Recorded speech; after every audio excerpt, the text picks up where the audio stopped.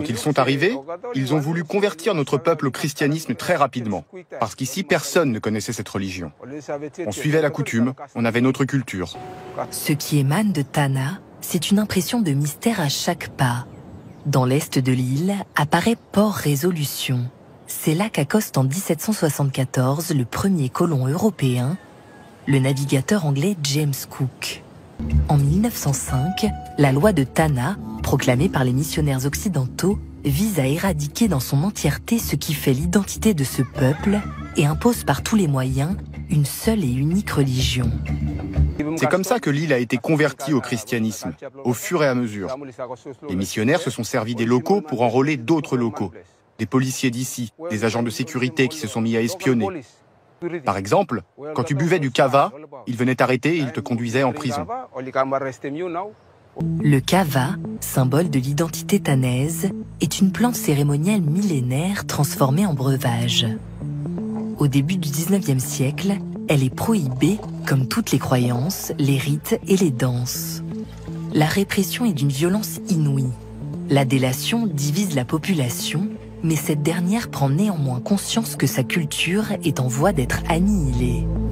À l'époque, les habitants se sont enfuis en partant chacun de leur côté. Ils se sont éparpillés, ils ont été attaqués, et certains sont morts. Les habitants ont utilisé des massues, des lances et d'autres armes de ce type pour défendre leurs droits, car c'était leur terre. Ils se sont battus pour leurs droits. Ces événements sont encore dans les mémoires des anciens. C'est en chacun de nous. On sait ce qui s'est passé.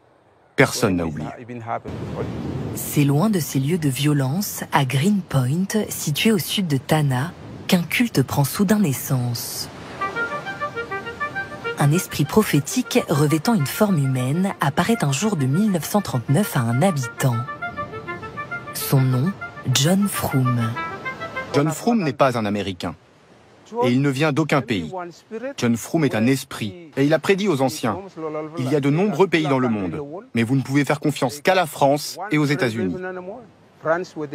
Ce sont les deux seuls qui pourront défendre votre coutume et vos traditions. Le développement viendra grâce à eux. C'est pourquoi les habitants ont planté le drapeau français et le drapeau des États-Unis, l'un en face de l'autre.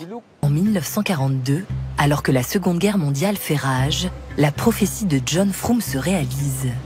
L'armée américaine débarque sur Tana pour y établir une base militaire. Son objectif, lutter contre l'Empire japonais qui est alors allié de l'Allemagne. Cette présence des Américains va être perçue comme providentielle par de nombreux habitants de l'île. John Froome l'avait prophétisé et cela a nourri leur foi. Dès lors, John Froome est considéré comme un prophète. À partir des années 40, le culte se développe dans tout Tana et finit par englober la grande majorité de ses habitants. Quand John Froome est apparu, il leur a dit « Vous n'irez plus à l'église presbytérienne le dimanche, mais vous allez fabriquer une croix rouge qui sera l'objet d'un culte le vendredi. » En 1957, les Tanais hissent pour la première fois le drapeau américain au milieu d'Ipikel, une pratique restée courante. Une fois par semaine, c'est le jour de John Froome, en 1978, qu'est officiellement organisée une cérémonie. Depuis, elle a lieu chaque année tous les 15 février, date supposée d'un retour de John Froome. Nous croyons encore à notre relation avec les États-Unis et la France. Quand nous serons dans le besoin et qu'il nous faudra des choses comme de nouvelles routes, des ports ou d'autres aéroports, nous croyons que ces deux pays nous aideront. Parmi les dissidents du mouvement originel, figure un partisan du culte que certains considèrent comme un prophète, Fred Nassi. À l'aube des années 2000, Fred Nassi a déclaré avoir eu des visions de John Froome et a prédit des événements géologiques survenus par la suite. Le prophète Fred Nassi a prédit que l'eau allait arriver 6 mois plus tard, et cela s'est vraiment produit. Et donc nous avons interprété cela comme un signe qu'il était temps de changer. Un peu plus de 4600 disciples ont voulu faire évoluer les anciennes habitudes, les comportements hérités du passé, vers de nouvelles pratiques, avec aussi le désir de renouer avec l'Église chrétienne. John est un esprit, et il est apparu dans un corps comme le nôtre pour nous parler.